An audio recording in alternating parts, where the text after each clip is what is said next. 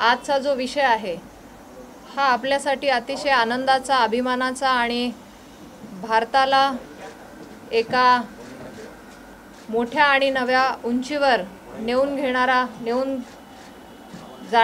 जाणारा असा विषय आहे। ते म्हणजे G20। G20च्या मीटिंग्स या भारताच्या अध्यक्षतेखाली 1 डिसेंबर 2022 पासून ते 30 नोव्हेंबर 2023 पर्यंत एक वर्षभरामध्ये आपल्याला भूषवण्याची या अध्यक्षपदाची एक संधी मिळालेली आहे। मला वाटतं हेच मोठं आपलं सौभाग्य आहे आणि गौरव आहे की माननीय पंतप्रधान नरेंद्रभाई मोदीजींच्या नेतृत्वाखाली आणि एकीकडे आपण जेव्हा आपल्या देशाचा 75वा अमृत महोत्सव मनवत आहोत तर त्या दृष्टीने ही G20 पदाची अध्यक्षपद हे आपल्यासाठी खूप महत्त्वाचं आहे। भारतभरामध्ये या वेगवेगळ्या राज्यांमध्ये, वेगवेगळ्या शहरांमध्ये या मीटिंग्स होणार आहेत। या मीटिंग जवळपास 200 पेक्षा अधिक होतील वेगवेगळ्या विषयांवर। जवळपास 56 पेक्षा अधिक शहरांमध्ये या मीटिंग्स होतील। महाराष्ट्रात देखील या बैठका होणार आहेत। महाराष्ट्रात मुंबई असेल, पुणे, नागपूर, औरंगाबाद या ठिकाणी या बैठका होणार आहेत। भारताला एक लाभलेलं वेगळेपण, एक सांस्कृतिक वारसा, ऐतिहासिक वारसा, आपल्या भारताची विविधता, आपल्या भारतामध्ये असणाऱ्या वेगवेगळ्या प्राचीन परंपरा, भाषा, धर्म, चालीरीती, रूढी या सगळ्यांचाच विचार करता भारताला एक आपलं वेगळेपण दाखवण्याची या माध्यमातून मी म्हणेल संधी आलेली आहे। आणि या G20च्या माध्यमातून माननीय पंतप्रधानांनी देखील अशी इच्छा व्यक्त केली की बाहेरच्या देशातून येणारी जी काय मान्यवर असतील तर या बैठका झाल्यानंतर येताना मात्र ते आपल्याकडे जसं आपण पाहुण्यांचं स्वागत करतो, परंतु जाताना मात्र ते पूर्णपणे एक भारताप्रती असलेलं प्रेम घेऊन जातील। भारताप्रती असलेली त्यांची एक नवीन ओळख घेऊन जातील आणि त्या दृष्टीने आपल्याला या वेगवेगळ्या बैठका असतील आणि G20च्या माध्यमातून माननीय पंतप्रधानांनी इच्छा व्यक्त केलेली आहे की याच्यामध्ये जनभागीदारी महत्त्वाची आहे। जेव्हा आपल्याकडे कोणी मान्यवर येतात, पाहुणे येतात, तेव्हा जसं सगळे स्वागतासाठी सज्ज होतो तसंच आपल्याला आपल्या शहराचं असेल किंवा आपल्या राज्याचं असेल या मीटिंग त्या दृष्टीने मोठ्या प्रमाणात आपल्याला सफल करायच्या आहेत आणि त्या दृष्टीने जनभागीदारी खूप महत्त्वाची आहे। मग आपल्या शहराला व्यवस्थित स्वच्छतेच्या अभियानातून असेल, एक वेगळेपण जपण्यासाठी आपण आपल्या शहराला कसं सुशोभित करू शकतो, इथून सगळी तयारी करायची आणि आपल्या सगळ्यांचा त्याच्यामध्ये सहभाग महत्त्वाचा आहे हे खास करून अधोरेखित करायचं आहे। G20ची संकल्पनाच मुळात माननीय मोदीजींनी सांगितल्याप्रमाणे वसुदैव कुटुंबकम। भारत अशी संस्कृती जपतो की आपण आपल्याबरोबरच इतरांनाही आपला परिवार आणि त्यांची काळजी घेण्यासाठी किती समर्पित आहोत। One earth, one family, one future हे आपलं वसुदैव कुटुंबकमची संकल्पना आहे आणि त्या दृष्टीने आपल्याला भविष्यात एकत्र येऊन काम करायचं आहे। यासाठी G20 महत्त्वाची आहे। जेव्हा ह्या मीटिंग्स आधीच घेण्याआधी जेव्हा चर्चा होत होती तर यापूर्वी फार अशा मोठ्या म्हणजे ही एक आंतरराष्ट्रीय लेवलची सगळ्यात महत्त्वाची मीटिंग आहे। G20 मध्ये सगळे इतके शक्तिशाली देश आहेत की ज्यांच्यावर मोठ्या प्रमाणात अर्थव्यवस्था चालते, मोठ्या प्रमाणात जनसंख्या आहे आज वैश्विक विचार केला तर ही इतकी शक्तिशाली देश आहेत की या माध्यमातून आपल्याला ही मीटिंग भारताच्या अनेक भागात घेण्याची गरज आहे, जेणेकरून मग नॉर्थ ईस्ट सारखा भाग असेल, जम्मू काश्मीर असेल किंवा अगदी साऊथ असेल नॉर्थ, तर ह्या सगळीकडे G20चा आपल्याला एक वेगळा प्रभाव या माध्यमातून तिथल्या अर्थकारणावर होईल या दृष्टीने काम करायचं आहे। आणि जेव्हा आपण मदर ऑफ डेमोक्रेसी भारताची ओळख देतो, तेव्हा मला वाटतं आपली ही परंपरा राहिली आहे की सामूहिक निर्णय घेणारी आपली प्राचीन परंपरा राहिलेली आहे आणि ह्या मदर ऑफ डेमोक्रेसीला आपल्याला अधोरेखित करण्याची संधी मिळालेली आहे। या मीटिंगच्या माध्यमातून आपल्या भारतामध्ये झालेली जी एक डेव्हलपमेंट आहे ती देखील आपल्याला प्रस्तुत करायची संधी आहे।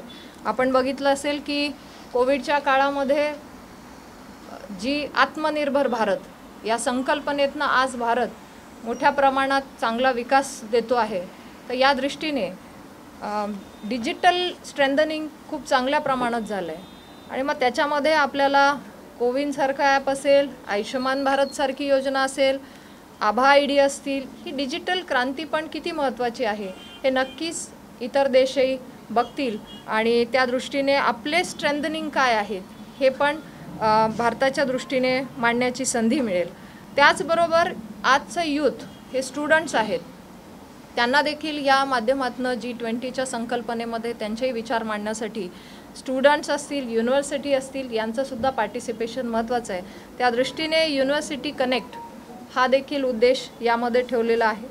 वेगवेगळ्या विषयांवर ह्या चर्चासत्र आयोजित केले आहेत, मग त्यामध्ये फायनान्स मिनिस्ट्रीचे असतील मीटिंग्स, एक्सपर्ट ग्रुपच्या मीटिंग्स असतील, सेंट्रल बँक गव्हर्नर्सच्या मीटिंग्स असतील, फॉरेन मिनिस्ट्रीच्या असतील, म्हणजे हे वेगवेगळे हेल्थच्या पण संदर्भात मीटिंग आहे।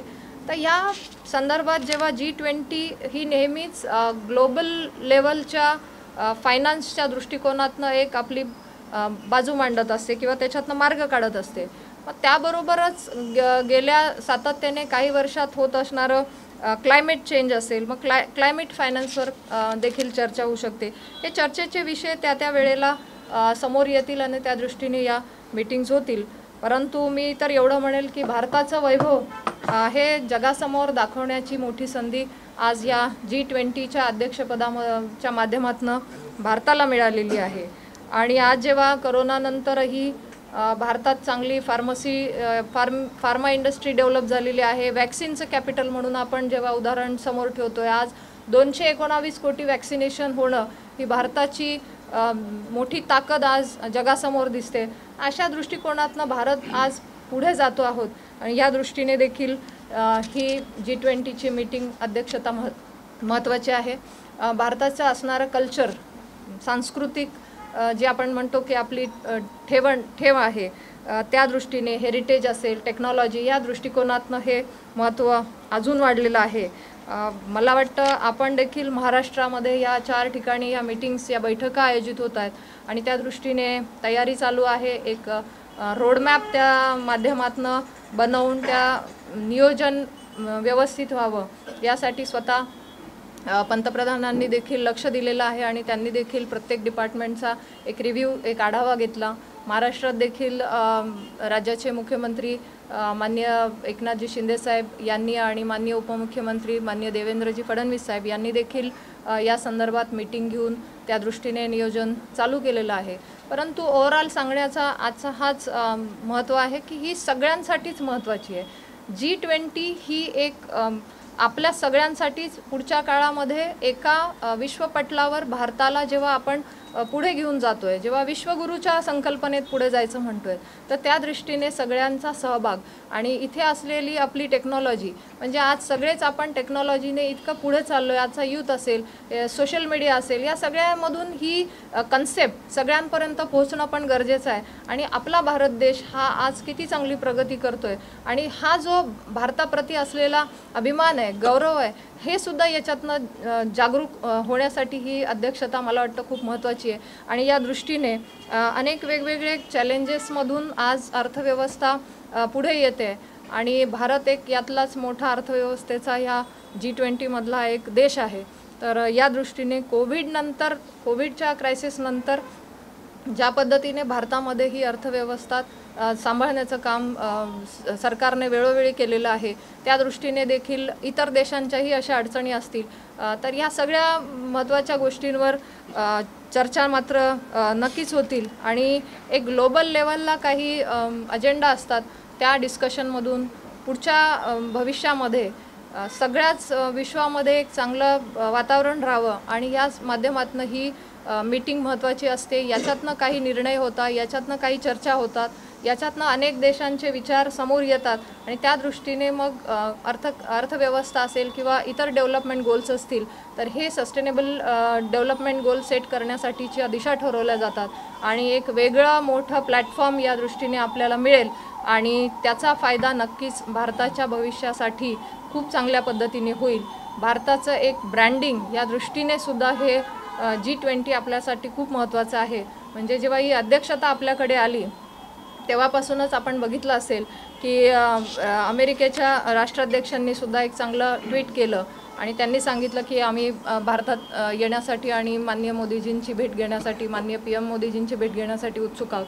तर बघा एक आपली इंटरनॅशनल लेवलला जी दोन देशांमधले संबंध असतात, जे ट्रेड्स असतात हे सुधारतात. एक चांगला बायलॅटरल असेल त्या माध्यमातून ह्या स्ट्रेंथन करण्याची ही मोठी संधी आहे आणि मला वाटतं ह्या अध्यक्षतेच्या माध्यमातून आणि भारताच्या एका मोठ्या या प्लॅटफॉर्मवरती भविष्य काळामध्ये देखील आपल्या भारताला अजून स्ट्रेंथन करण्यासाठी महत्त्वाची आणि मोठी भूमिका असेल असं मी इथे सांगते. आणि परत एकदा तुमच्या सगळ्यांचे मनापासून आभार मानत असताना इथे अनेक पाहुणे येणार आहेत आपल्याकडे, विदेशातले मान्यवर येणार आहेत. तर जसं आपण बाहेरच्या देशात गेल्यावर तिथली काही परंपरा किंवा तिथले काही स्थळं आपल्याला आवडतात आणि एक आठवणी घेऊन येतो, तर तसंच इथल्याही चांगल्या आणि सांस्कृतिक वारसा आपली जी चांगली एक शहरांची ऐतिहासिक वारसा असतील, अशा अनेक भारतात इतकी विविधता आहे की प्रत्येक राज्यात गेल्यावर तिथलं वेगळेपण आहे.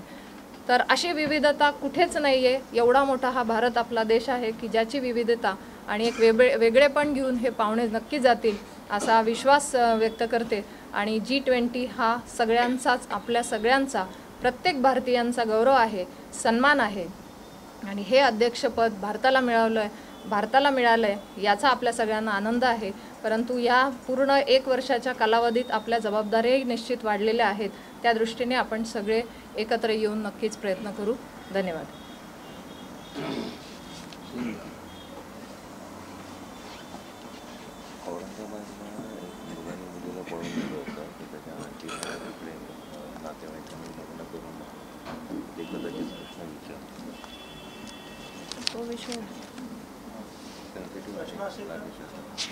त्याच्यामध्ये ज्या प्रमुख शहरांची तुम्ही नावं घेतली इथे एकंदरीत या बैठकीच्या दरम्यान कसं काय असणार आणि जसे आपल्या इथे विदर्भामध्ये ताळोबा अभयारण्यमधून सांगितलं की सगळं ते त्या ठिकाणी कसं काय नियोजन केलं जाणार? आता ह्या प्रत्येक शहरांमध्ये काहीतरी वेगळेपण, वैशिष्ट्य, तिथली संस्कृती हे दाखवण्याचा आपण प्रयत्न करणार आहे. किंवा मग जी पण मान्यवर येणार आहेत त्यांना मीटिंग नंतर जवळपासचे जे ठिकाणं असतील तिथे देखील व्हिजिट करण्याचा आग्रह असेल. आपली काही खास अशी सांस्कृतिक कार्यक्रम असतील की जे आपली ओळख आहे तर ते देखील दाखवण्याचा आपला प्रयत्न राहणार आहे, जेणेकरून इथलं देखील एक आपली ठेव, जे आपण म्हणतो आपली संस्कृती पुढे नेली पाहिजे आणि याचा फायदा त्या मीटिंगच्या माध्यमातून दोन्ही देशांसाठी होणार आहे की आपल्याही देशाचं कल्चर त्यांच्यापर्यंत पोचलं पाहिजे आणि भविष्यामध्ये आपल्या ह्या संस्कृतीतनं एक बॉन्डिंग तयार होते.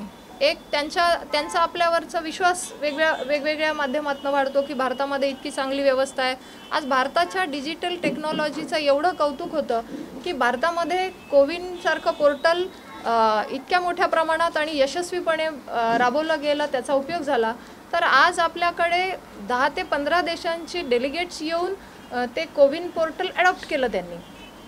तर दोन्ही दृष्टीने आपल्याला हे महत्त्वाचं आहे आणि आपल्यातले जे स्ट्रॉंग, आपली स्ट्रेंथनिंग करण्यासाठी जे पॉईंट्स आहेत ते दाखवण्याच्या दृष्टीने, जसं मुंबई असेल, नागपूर असेल, पुणे असेल, या दृष्टीने, औरंगाबाद असेल, या दृष्टीने आपल्याला महाराष्ट्रात देखील ती संधी मिळालेली आहे. मेडिकल आता G20 मेडिकल टुरिझम वाढवण्यासाठी याचा कशा प्रकारे आपण खूप चांगला प्रश्न विचारला आहे. कारण आज भारतामध्ये जे मेडिकल टुरिझमच्या दृष्टिकोनातनं केंद्र सरकार देखील माननीय मोदीजींच्या नेतृत्वाखाली विशेष लक्ष ठेवून आहे आणि आम्ही त्याच्यावर काम करत असताना हाच विषय ठेवला आहे की जसं वसुधैव कुटुंबकम आपण जसं दिलंही पाहिजे की आपल्याबरोबरच इतरांनाही दिलं पाहिजे. कोविडमध्ये ते भारताने केलं आहे. कोविडमध्ये भारताने इतर देशांना 100पेक्षा जास्त देशांना आपण वॅक्सिनही पुरवलं, 150पेक्षा जास्त देशांना आपण मेडिसिनही पुरवलं.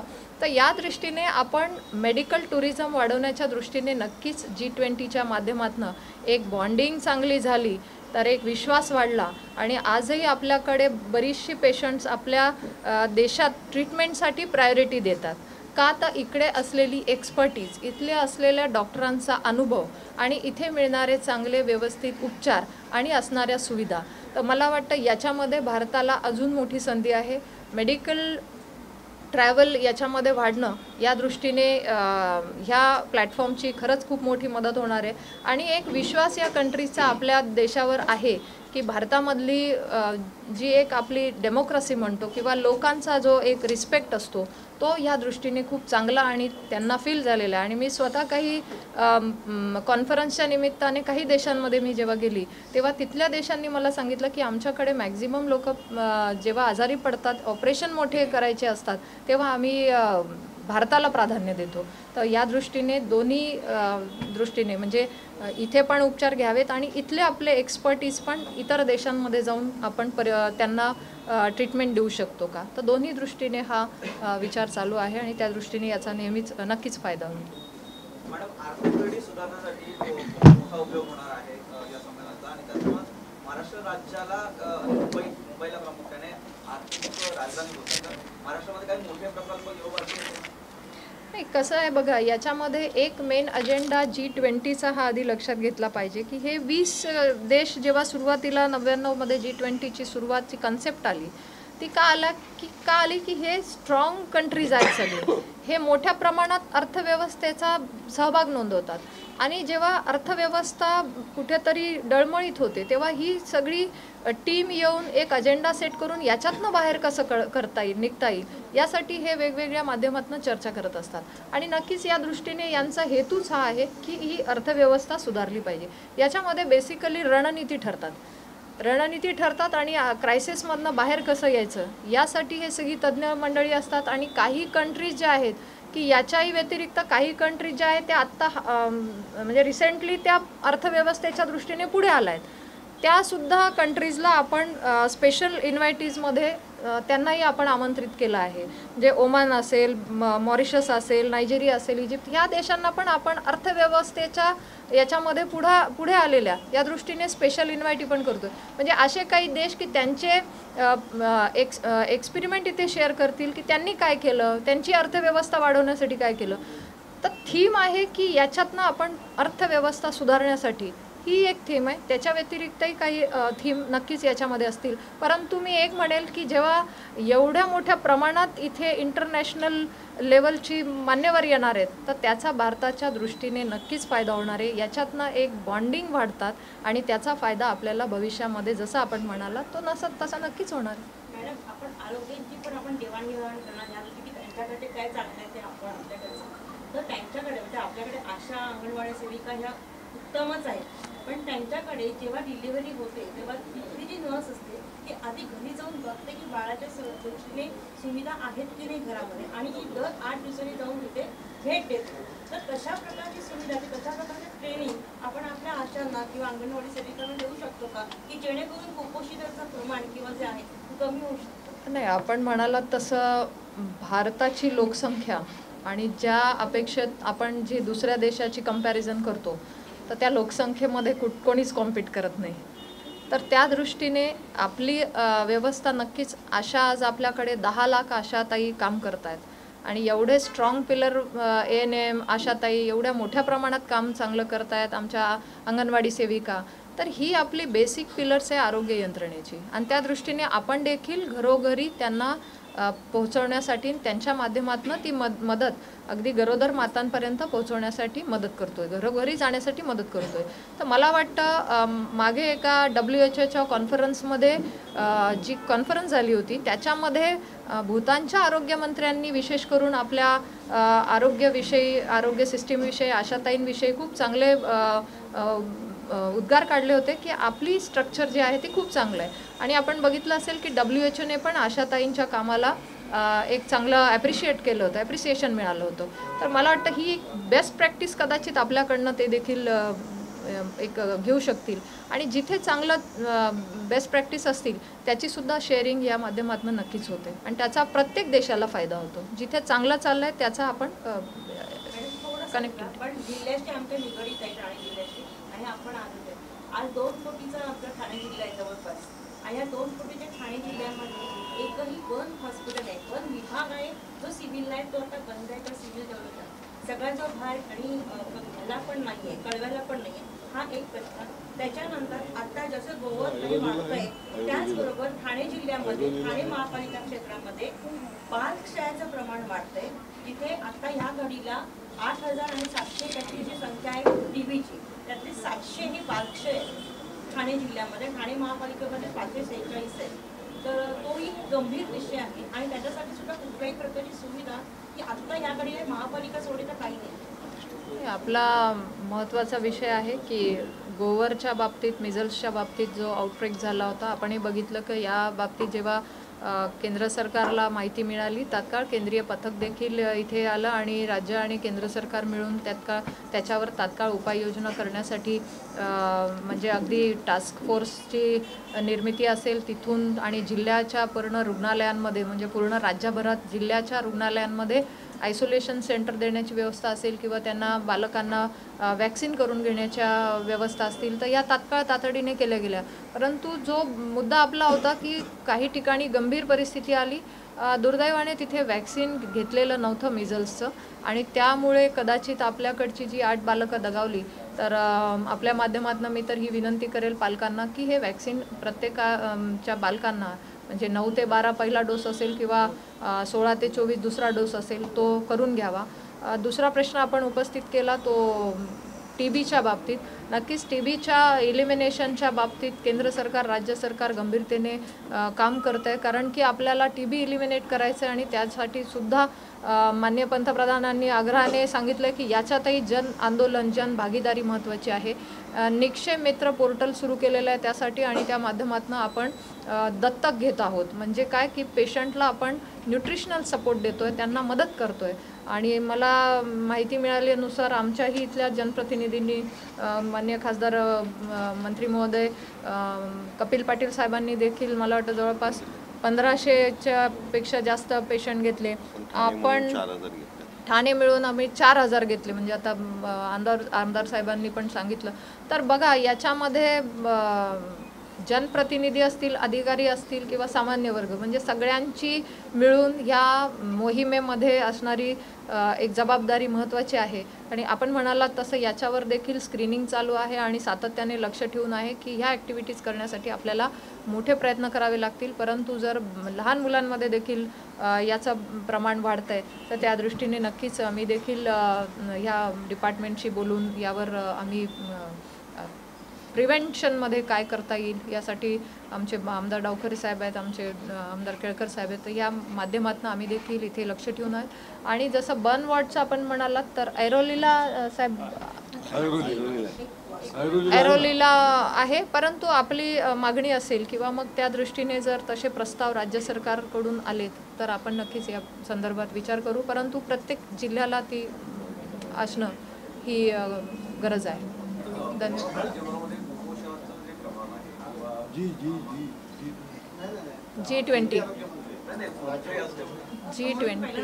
थोडासा वेगळा जिल्ह्याशी निगडीत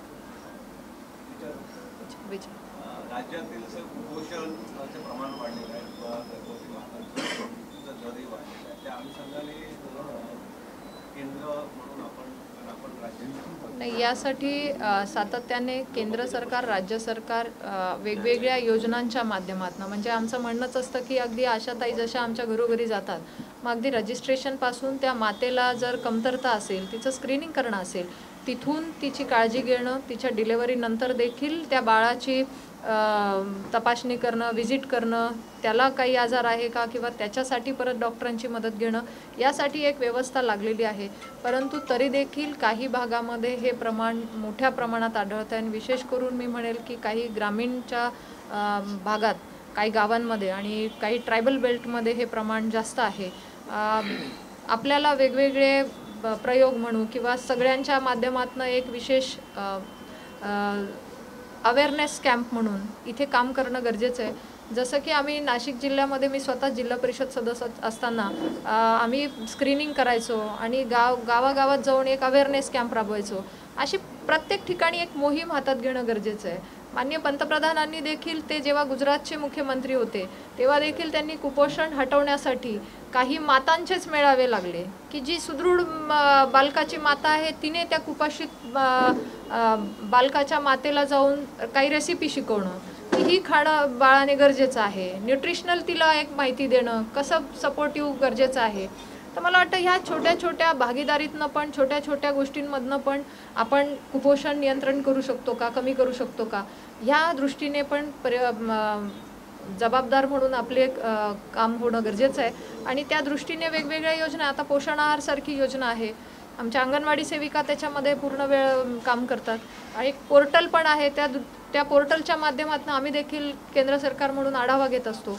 तर अशा अनेक योजना आहेत, परंतु त्या सक्षमतेने गावगावपर्यंत पोहोचवून तिथे काम करून घेणं आज आपल्या पुढे गरजेचं आहे. आणि त्या दृष्टीने नक्कीच NFHS जो आमचा डेटा सर्वे असतो त्या दृष्टीने आम्ही लक्ष ठेवून असतो आणि त्याच्यावर पण आम्ही बघत असतो की किती परिणाम झाला एखाद्या पॉलिसीचा. त्या दृष्टीने केंद्र सरकार मॉनिटर पण करत असतं. मॅडम, ठाणे जिल्हा एवढा मोठा आहे, मोठा ठाणे जिल्हा आहे, तर जिल्ह्याला फक्त एकच सिव्हिल हॉस्पिटल आहे. तर ठाणे भाजपने आपल्याकडे मागणी केली होती की शहरामध्ये एम्स हॉस्पिटल उभारले जावं. त्यानंतर काय पुढे माननीय पंतप्रधानांच्या संकल्पनेनुसार आता तरी आपण जेव्हा आपल्याकडे आधी एकच एम्स होतं, आता ती एम्सची संख्या 22 झालेली आहे आणि 22 एम्स म्हणजे प्रत्येक राज्यात एक एम्स असावं या दृष्टिकोनातनं ते एम्स प्रत्येक राज्याला दिले गेलेले आहेत. आपल्याकडे देखील महाराष्ट्रात एम्स आहे, परंतु एम्सबरोबरच मेडिकल कॉलेजची संख्या देखील वाढवलेली आहे आणि आज जर बघितलं तर प्रत्येक जिल्ह्याला एक मेडिकल कॉलेज असलं पाहिजे या दृष्टीने काही राज्यांमध्ये काम चालू आहे की जिथे वर्षानुवर्ष अगदी प्रायव्हेट मेडिकल कॉलेज पण नसेल, तर ते देखील एक आयडेंटिफाय करून स्वतः पंतप्रधानांनी असे 112 ॲस्पिरेशनल डिस्ट्रिक्ट आयडेंटिफाय केले की जिथे या आरोग्याच्या सुविधा वर्षानुवर्ष म्हणजे 50-60 वर्षापासून आपण मागे होतो असं म्हटलं तरी चालेल, की जिथे त्यांनी स्वतः लक्ष दिलं, मॉनिटर केलं आणि आज तिथली परिस्थिती सुधारते. आणि याच्यामध्ये मग मेडिकल कॉलेज असतील, तिथल्या आरोग्य सुविधा असतील, हे देण्यावर विशेष भर दिला. परंतु मेडिकल कॉलेज असू देत किंवा एम्स असू देत, ही संख्या या पूर्ण 8 वर्षाच्या काळात प्रचंड प्रमाणात वाढली आणि त्याबरोबर चांगलं शिक्षण, वैद्यकीय शिक्षण मिळावं यासाठी याला विशेष महत्त्व आहे. आणि त्या दृष्टीने आज UGचे सीट्स असतील किंवा PGचे सीट्स असतील हे देखील वाढवण्यात सरकारला यश आलेलं आहे. परंतु मी एवढंच म्हणेल की आमच्या आमदार महोदयांनी नक्कीच आपल्या दृष्टीने ही मागणी केली आहे, आम्ही मागणी पुढे नक्कीच पाठवू. कोविडच्या काळामध्ये 2 वर्ष जो कोविडचा काळ झाला त्यामध्ये भारतामध्ये तर प्रचंड कोविड होता, त्या काळामध्ये एक केंद्रीय आरोग्य राज्यमंत्री म्हणून तुम्हाला काय वाटतं की कोणत्या राज्याने कोविडच्या काळामध्ये चांगली कामगिरी? बघा कसं आहे की कोविडचा काळ हा मोठा संकटाचाच काळ होता आपल्यासाठी. आपल्या संकट काळामध्ये आपण कसं लढा दिला पाहिजे हे सगळ्यांसाठीच तेव्हा नवीन होतं. म्हणजे वेल डेव्हलप कंट्रीच्या दृष्टीने पण ते पण तेवढेच अनभिज्ञ होते जेवढे आपण. परंतु कोविडच्या काळामध्ये देखील माननीय पंतप्रधानांनी एक विश्वास दिला आणि वॅक्सिन इथेच बनलं पाहिजे असा आग्रह धरला, एक्सपर्टीजची मीटिंग घेतली. बघा म्हणजे तेव्हा या संकटात इतके सगळे डळमळीत झाले होते, घाबरत होते आणि बरेच जण म्हणत होते की नाही आता कसं होणार, आपण कसं आता वॅक्सिन आणावं लागेल. तेव्हा देखील माननीय पंतप्रधानांनी विश्वास दिला की आपल्यामध्ये एक्सपर्टीज आहे, ब्रेन पॉवर आपली खूप चांगली आहे आणि त्यांनी 35,000 कोटींचं बजेट देखील दिलं. मॅन्युफॅक्चरर्स असतील, सायंटिस्ट असतील, एक विश्वास दिला. आणि तुम्हीच सांगा मला की आज भारताने रिझल्ट दिला की 219 कोटी वॅक्सिनेशनचा रेकॉर्ड भारताने करून दाखवला आहे, जो आज जगात कोणाचाच नाही आहे. मॅडम, याला धरून पुढे प्रश्न, आपण आरोग्यमंत्री आहात म्हणून कोविडच्या काळात महाराष्ट्र सरकारने जे काम केलं होतं त्याबद्दल काय सांगाल? कारण एक चर्चा मगाशी आपण केली आणि आता सत्ता बदल झाल्यानंतर जे काही निर्बंध उठवले गेले, कंपॅरिझन एक आरोग्यमंत्री म्हणून काही आलेख आपल्याकडे आहे का किंवा तसं काही कधी विचार केला गेला? निर्बंध आधी सरकारमध्ये निर्बंध होते किंवा कोविडच्या काळात त्यांचं कसं काम होतं आणि सरकार आल्यानंतर बऱ्याच वेळा असं म्हटलं गेलं की सगळे सण उत्सव जे आहेत ते आम्ही जोरात करू आणि निर्बंध होतो, ते कंपॅरिझन कसं करायचं? नाही, कंपॅरिझनपेक्षा मी स्वतःच आरोग्य राज्यमंत्री म्हणून जे जवळून काम बघितलं, स्वतः पंतप्रधानांचंच एवढं लक्ष होतं प्रत्येक राज्यावर की जवळपास या पूर्ण वर्षभरामध्ये 20पेक्षा जास्त वेळा, बघा 20पेक्षा जास्त वेळा प्रत्येक राज्याच्या मुख्यमंत्र्यांची स्वतः पंतप्रधान डायरेक्ट बोलत होते VCच्या माध्यमातून. तर प्रत्येक राज्याची ती जबाबदारी वाढलेलीच होती आणि असं काही कुठलं राज्य चांगलं आहे कमी आहे हा विषयच नव्हता. पंतप्रधानांनी एकच सांगितलं होतं की याच्यात राजकारण न करता आपल्याला लोकांना सुरक्षित ठेवण्यासाठी काय करायचं आहे. आणि या पूर्ण 20 वेळेच्या VC झाल्या असतील. स्वतः पंतप्रधान प्रत्येक मुख्यमंत्री महोदयांशी बोलत होते आणि विचारत होते की तुम्हाला अडचणी काय, तुमच्याकडे वॅक्सिन पोहोचते की नाही, तुम्हाला वॅक्सिन देण्यासाठी अजून काय मदत हवी आहे का. आणि मी स्वतःही अनुभव घेतला की प्रत्येक राज्याच्या मुख्यमंत्र्यांनी पंतप्रधान महोदयांचे आभार मानले. म्हणजे राजकारण न करता दोन्ही बाजूनी हे स्ट्रेंथनिंग महत्त्वाचं होतं. परंतु काही ठिकाणी महाराष्ट्रामध्ये, म्हणजे मी वैयक्तिक म्हणून नाही सांगत, परंतु काही ठिकाणी महाराष्ट्रामध्ये याच्यामध्ये अनियमिततासुद्धा झाली आणि त्यासाठी भारतीय जनता पक्षाने तेव्हा आंदोलनही केलं होतं. त्या आंदोलनामध्ये मी देखील होतो. जिथे कुठे कमी पडत होतं तिथे आम्हाला आंदोलनाच्या माध्यमातून मागावं लागलं होतं. तर माझं म्हणणं एवढंच होतं की ते संकट काळ होतं आणि त्या संकट काळामध्ये जेव्हा आम्ही वरतून केंद्र सरकारकडून मदत येत होती तेव्हा मात्र इथे राज्यामध्ये कुठेतरी अनियमितता पण दिसत होती. मॅडम थोडा पॉलिटिकल प्रश्न रावसाहेब दानवे यांनी महाराजांचा मला पॉलिटिकलपेक्षा G20 आणि आरोग्य विभागाचे प्रश्न. ज्या पद्धतीने सध्या महाराष्ट्रामध्ये गोवाचा उद्रेक सुरू आहे, केंद्र आणि राज्य सरकारचा कसा समन्वय आहे त्याबद्दल, कारण की मुंबईमध्ये सर्वात जास्त पेशंट्स मुलं आहेत, दगावण्याचं प्रमाण वाढलं आहे. नाही, नक्कीच मी तेव्हा हा परत रिपीट करते उत्तर की आउटब्रेक झाल्यानंतर तात्काळ केंद्रीय पथक इथे आलं आणि राज्य सरकारच्या समन्वयाने हे काम वॅक्सिनेशनचं वाढवणं असेल किंवा मग विशेष त्यासाठी टास्क फोर्स निर्मिती करून ट्रीटमेंटचे प्रत्येक जिल्ह्याला आयसोलेशन सेंटर बनवणं असेल, यासाठी तात्काळ उपाययोजनाही केल्या गेल्या. याच्यासाठी माननीय मुख्यमंत्री महोदय, उपमुख्यमंत्री महोदय, राज्याचे आरोग्यमंत्री यांनी देखील मीटिंग्स केल्या. त्यानंतर देखील जर म्हणजे दुर्दैवाने जी बालकं दगावली त्यांचं वॅक्सिनेशन झालेलं नव्हतं आणि म्हणून एक जनजागर परत झाला की वॅक्सिनचं प्रमाण वाढवण्यात यावं आणि जिथे आउटब्रेक आहे, जिथे संख्या वाढलेली आहे तिथे 6+ म्हणजे 6 महिन्यांच्या पुढच्या बाळांना देखील वॅक्सिन करू शकतात असं एक एक्सपर्टीची मीटिंग माननीय केंद्रीय मंत्री मनसुखभाई मांडवीयजी यांनी निर्देश दिले. त्याप्रमाणे त्या एक्सपर्टीजनी मीटिंग घेतली आणि त्यानंतर ते देखील गाईडलाईन्स दिल्या गेल्या की जिथे गरज आहे तिथे आउटब्रेक असेल, तिथे गंभीर परिस्थिती असेल तिथे 6+ महिन्याच्या पण पुढच्या वयाच्या बालकांना आपण मिझल्सचे डोस देऊ शकतो, वॅक्सिन देऊ शकतो. G20 कधी होणार आणि किती दिवस सहभागी होणार आहे, तुमचा उद्देश काय असेल? G20 मध्ये 20 कंट्रीज म्हणजे 19 कंट्रीज आणि युरोपियन युनियन असे मिळून 20चा तो समूह आहे. त्याच्याबरोबर काही स्पेशल इन्व्हायटीज असतील ते देखील येणार आहेत. अनेक देशविदेशातले मान्यवर इथे येणार आहेत आणि ही अध्यक्षता आपल्याला मिळालेली आहे 1 डिसेंबरपासून 1 डिसेंबर 2022 ते 30 नोव्हेंबर 2023 या कार्यकाळात, या वर्षभरात आपल्याला अनेक वेगवेगळ्या शहरांमध्ये या मीटिंग्ज होणार आहेत आणि या मीटिंगच्या माध्यमातून जवळपास 200पेक्षा जास्त मीटिंग्ज आणि 56पेक्षा जास्त शहरांमध्ये या मीटिंग्ज होतील आणि आपल्या दृष्टीने एका आंतरराष्ट्रीय स्तरावर या मीटिंगच्या माध्यमातून अध्यक्षता भूषवण्याचं आपल्याला संधी मिळालेली आहे. अध्यक्षपद भारताकडे आहे. भारतात बेरोजगार तरुण मोठ्या प्रमाणात आहे. अर्थव्यवस्था त्यावेळेस डबघाईला जाते. त्यानंतर आता G20चं अध्यक्षपद आपल्याकडे आल्यानंतर याकडे कुठे प्रामुख्याने लक्ष केंद्रित होणार? बघा, याच्यामध्ये ह्या G20चा उद्देशच तो आहे की फायनान्शियल स्टॅबिलिटी येण्यासाठीच G20ची मुळात संकल्पना होती.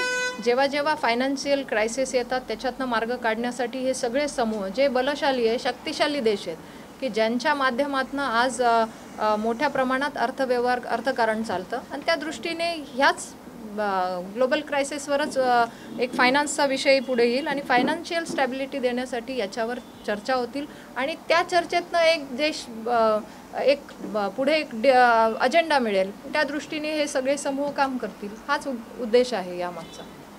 थँक्यू, धन्यवाद. बऱ्याच ठिकाणी आरोग्य केंद्रामध्ये औषधं आढळली नव्हती किंवा कर्मचारी नव्हते, त्याबद्दल पुढे काही झालंय का?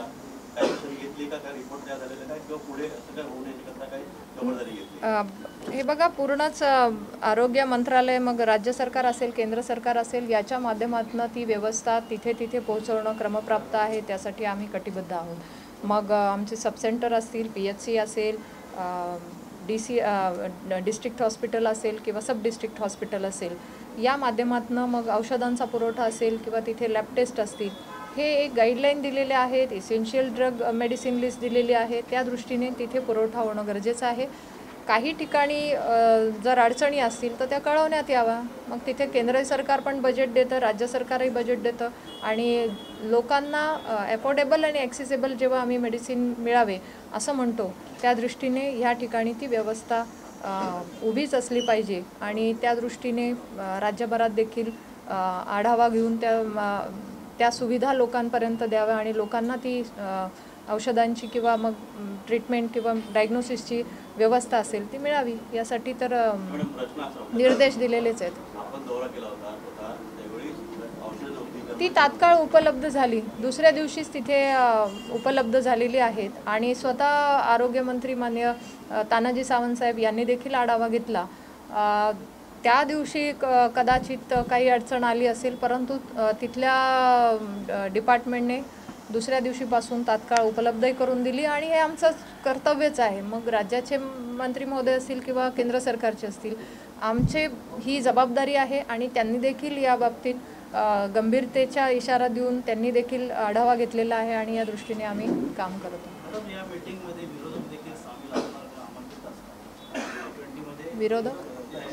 विरोधी पक्ष राज्य राजकीय नसतो विषय, हा इंटरनॅशनल फोरम आहे. हा राजकीय विषय, हा इंटरनॅशनल फोरम आहे. G20 इतर देशांचे पंतप्रधान, राष्ट्राध्यक्ष हे निमंत्रित असतात. हा विषय राजकीय नाही आहे. हा वसुदैव कुटुंबकमच्या कन्सेप्टने सगळ्याच इंटरनॅशनल फोरमला one earth, one family, one future हा संदेश देण्यासाठी ग्लोबल हे आहे. हा कुठलाही पक्षाचा कार्यक्रम नाही. कोरोना काळामध्ये जो गैरव्यवहार झालेला आहे याबाबत भाजप नेत्यांनी मागणी केली केंद्राकडे की याची चौकशी व्हावी. तर याकडे केंद्र सरकार कशा प्रकारे? त्याचं उत्तर मी देतो, कारण ते आम्ही तक्रार केलेली आहे. त्याच्यामध्ये ऑलरेडी केंद्राकडे तो विषय आहे, प्रोसेस चालू आहे. त्याच्यामध्ये केंद्रीय लेवल असल्याकारणाने ती प्रोसेस वाईज येणार, त्यावेळेस मला कळवलं जाईल. नाही, तक्रार मी केली ना. ठीक आहे, जी मागणी केलेली आहे त्याच्यावर केंद्र सरकार गंभीरतेने विचार करणार. मॅडम, ट्रॅव्हल एरियामध्ये अजून सुविधा उपलब्ध नाही, दवाखाने जवळ आहे, पोहोचत नाही, बट लोकांना टाइमवर इलाज होत नाही. अख्खा महाराष्ट्राचं सांगतो ट्रॅव्हल एरिया ग्रामीण भागात, त्यासाठी काय उपाययोजना आहे? नाही, त्यासाठीच आम्ही प्रत्येक मीटिंगमध्ये तोच आढावा घेत असतो की कुठल्या ठिकाणी कुठल्या सुविधा अपुऱ्या पडत आहेत का. आणि जसं आपण म्हणाला तसं ट्रायबल एरियामध्ये विशेष करून लक्ष देणं गरजेचं आहे आणि त्या माध्यमातून विशेष मागणी असेल तर तिथे ती औषधे पुरवण्यात येतात. परंतु तिथल्या मागणी करणं गरजेचं आहे की तिथे काय आवश्यकता आहे आणि या दृष्टीने आम्ही स्वतः लक्ष ठेवू.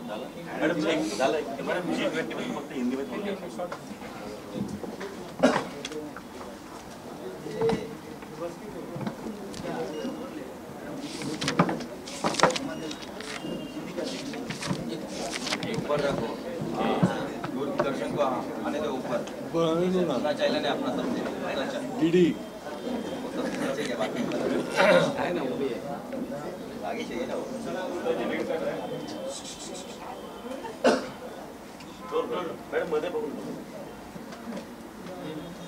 आज हमारे लिए गौरव की बात है कि भारत G20 की अध्यक्षता कर रहा है. वैश्विक स्तर पर ये बहुत ही बड़ा अवसर भारत को मिला है. आदरणीय प्रधानमंत्री जी के नेतृत्व में भारत ने लगातार सांस्कृतिक हो, ऐतिहासिक हो, विरासत को गौरवशाली बनाने के लिए प्रयास किए हैं. और इसी प्रयासों को आगे बढ़ाते हुए ये गौरवशाली गाथा आगे ले जाने के लिए वैश्विक मंच पर ये हमें अवसर मिला है। G20 की अध्यक्षता में जो भी बैठकें, जो भी मीटिंग्स होगी, वो 1 दिसंबर 2022 से लेकर 30 नवंबर 2023 तक होने वाली है। अलग अलग बैठकें जो कि 200 से भी ज़्यादा बैठकें होगी, जिसमें विचार विमर्शन मंथन होंगे, जिसमें अनेक सारे विभागों को लेके, चाहे वो एक्सपर्ट ग्रुप्स की मीटिंग हो, फाइनेंस मिनिस्टर्स की मीटिंग्स हो, सेंट्रल बैंक गवर्नर्स या फॉरेन मिनिस्टर्स, हेल्थ डिपार्टमेंट, अलग अलग डिपार्टमेंट का G20 head of the state summit, ये अलग सभी विचार विमर्शन मीटिंग्स के माध्यम से होंगे। लगभग भारत में 56 शहरों से भी 56 से भी ज़्यादा शहरों में ये मीटिंग्स होने वाली है।